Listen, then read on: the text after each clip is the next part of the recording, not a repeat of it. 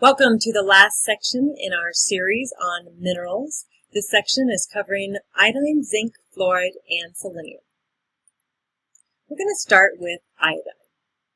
Iodine is a component of thyroid hormone, and thyroid hormone regulates growth, development, and metabolism.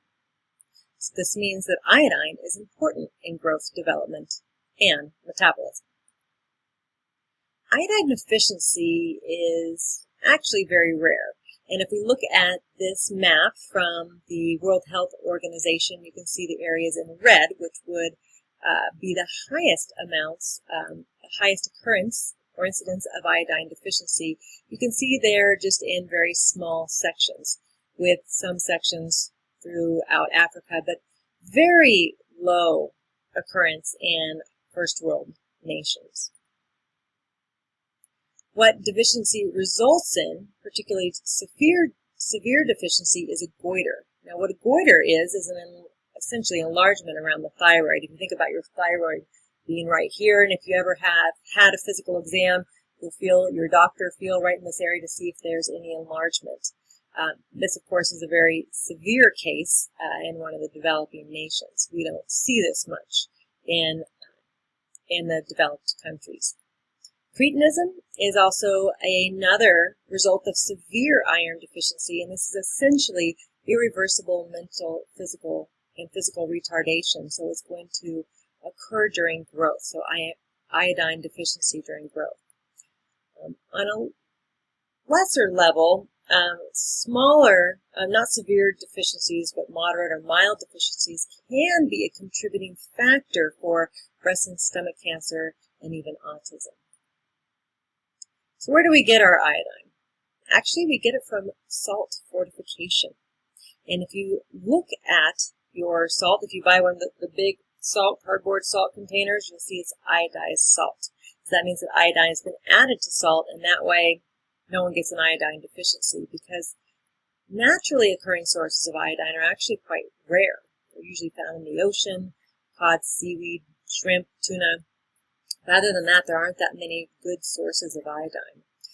You can find some in navy beans and potatoes, and if you're eating an abundant amount of plant food as well as some seafood, you'll get little bits in each, and you'll probably be fine without the addition of the fortified salt.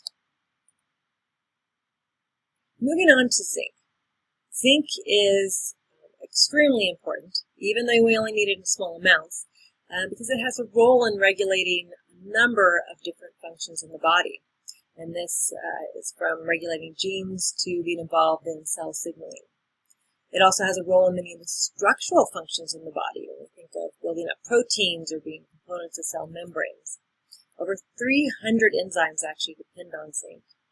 And when you think of zinc, you think of it being important in immunity and wound healing, and it does have very important roles in these areas.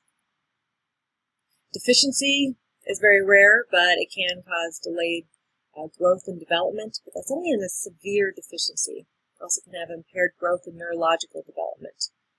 And it's always seen a marginal deficiency. So a severe deficiency is actually going to be a stunted growth and neurological development, but a very mild or marginal deficiency, you might see just a little bit of an impaired growth or a little bit of an impaired development. On to fluoride. Fluoride is a component of both bones and teeth. Most people think of it as being part of your teeth, and when you think of deficiency, you think of cavities. We call them dental caries, but you can see all these examples seen on x-ray, or what dental caries look like.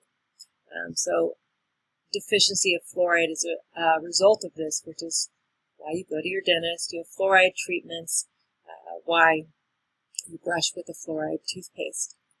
If you're getting too much fluoride, we have a fluoride toxicity. It's called fluorosis. And this looks like, you can actually look here, you can see this white area, and that's actually called a fluorosis, or a fluoride toxicity, meaning that you're getting too much.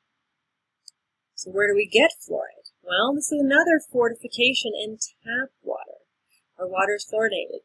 And a lot of people are against this for a number of reasons. So I'm not going to go into this debate, but some people think this can actually be detrimental to health.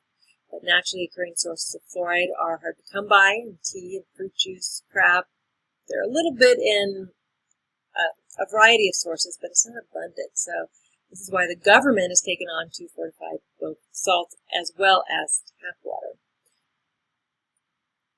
I'm going to finish with selenium, and I'm just going to mention these few points, and this will be on your test, so that's why I want you to know it. But selenium is a mineral that's also an antioxidant. And if you remember when we covered vitamins, we talked about vitamin C and E both being antioxidants.